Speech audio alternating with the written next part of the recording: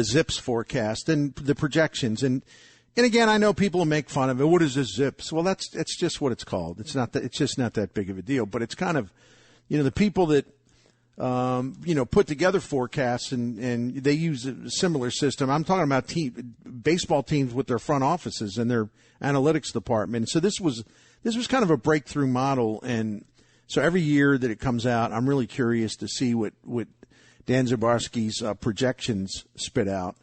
And I'll just a couple notes because it's kind of fun for me just to see the kind of things we're looking at. Uh-huh. Nolan Arenado, 29 homers, 96 RBIs, be about 16% above average overall offensively, and wins above replacement. He'd be worth over 4 wins, about 4.2. That's a good season.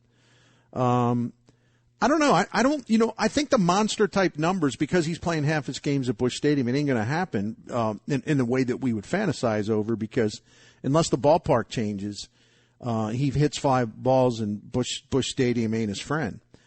Tyler O'Neill as a follow-up. 35 homers, 15 stolen bases, a really good .535 slugging percentage, about 4 wins above replacement. And as far as his OPS plus, he'd be about 33% above average. I was hoping to see like a 4 in there, as in 45 for the home run count, but that's still a pretty damn good follow-up year. Yeah. You right? I would probably go even higher because of all the issues he had earlier in the year. Mm-hmm. Expect a little bit more out of that. Okay.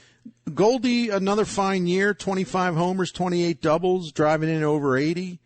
High on base percentage, slugging about .462, 20% above average overall, and about 3.5 wins, his presence above replacement.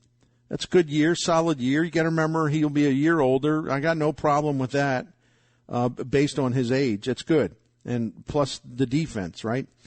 Tommy Edman, it's kind of like more of the same, which isn't necessarily a bad thing, because the ZiPS forecast has got him, with 30 steals, 32 doubles, 322 on base percentage, and because of his defense and speed, he'd be about a 4-win player. So that's what you would really like about it. If you're a 4-win player, that's pretty good. But just for his offense, he's right about league average. So he would be in the same neighborhood he was in last year, maybe a little bit better. So that one's encouraging, too. Dylan Carlson, 20 home runs, 75 RBIs, 33 doubles, a 342 on base percentage, slugging percentage about .456, 16% above average, and he's about a 3-win player. Now, I got to say, if he turned in that season, Jim, I'm going to get your thoughts on that. If he turned in that season, I would be disappointed. Not so much in him, and not so much that it's a terrible season. It's not. I just expect more. I expect to see his numbers to jump within reason, but to jump in his second full major league season. So I think he will outperform the projection. I'm kind of there with you on that one. I expect a little bit of more of an uptick for Dylan, because I was not disappointed last year, but there were times it's like, oh yeah, there's Dylan, and then he jump up, you're like, yeah, there's Dylan, and then you're like, oh yeah, there's Dylan. Oh wait, he's back at it again. He closed strong during that 17-game win streak. I know there was a lot of guys out front, but he had a really good finish there, and I was encouraged to see that, because a rookie year where we saw him make adjustments, and I would look forward to seeing him continue to make adjustments and become a better player even more than he was. Yeah, no doubt. I think he will exceed the projections. And by the way, this isn't like Dan Szymborski sitting around, and making predictions. It's not that at all. This is just what his projection model comes up with, and his projection model's really good, and it's no one ever said it's perfect. Players perform under the model, the projection, and they outperform the projection. It's called being a human being. Paulie DeYoung. There's the one we want to know about. Slight improvement. Like, for example, this past year, he was about 15% below average offensively overall. This year, the projection, he would be 7% below average overall. He would still be close to a 3-win player because of his defense. His on-base percentage would be up slightly, but still not all that good at .303. His slugging percentage would be .409. That's okay. Not anything to make you go, wow. Yeah. And 20 home runs. It's kind of Paul DeYoung, but it's Paul DeYoung with slightly better numbers. Now, the other part, though, is you look at Sosa, and even, Sosa's my guy, Edmundo Sosa, but I totally expect that he will regress this year because he had some good batted ball luck last season, and a lot of things broke his way. I love the guy, the way he plays. And sure enough, the ZiPS projection on him is not very encouraging. He'd be about, I'm just going to leave it at this, he'd be about 13% below average offensively. Not good projections for Molina, which you would expect for his final year. I'm talking about offensively. I'll just leave it at this. He'd be about, his OPS plus would put him like 26% below the league average offensively. The Cardinals have this big plan for Nootbaar to be, I don't know what they think he is yet. I think they're getting a little carried away personally. I'm there with you on that one. Nothing against him, but it's like, can we just calm down a little bit? The projection model shows him at about 9-10% below average offensively this season, and a slugging percentage under .400. Now I'm gonna go through this real quick, and so I'm not trying to cut you off there, Jim. We can revisit this. Yep. But I know we're getting close to a break. I tell you what, I look at the projections for the starting pitchers, and I'm not too thrilled. And none of it is like awful, but I'll just do it real quick.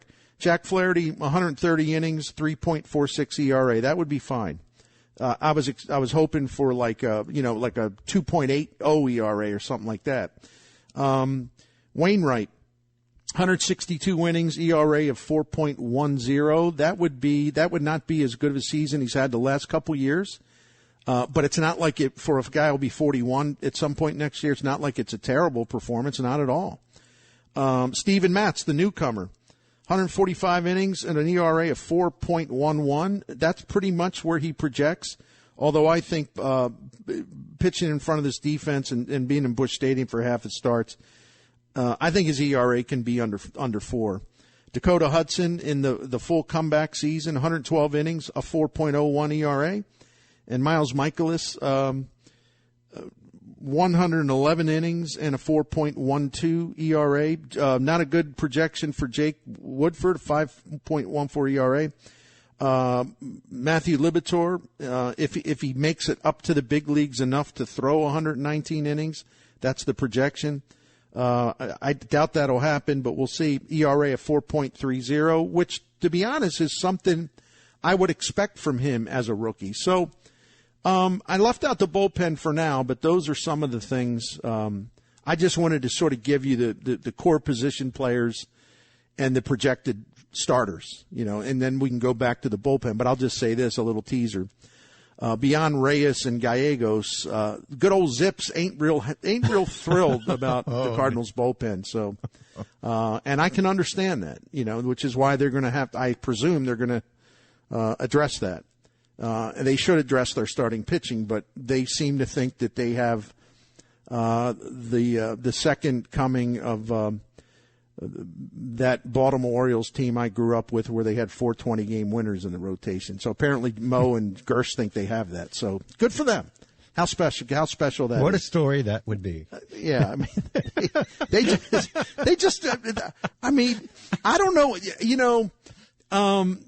this is the ZiPS projection system. I think sometimes I worry the Cardinals projection system is like the Zippy the Chimp projection model. It's like, no, we got the best rotation in baseball, Gersh. We don't need to get no stinking starting pitcher in here, Yeah. Oh, okay. Our projections. Oh, man, I goodness. just got to give them a hard time.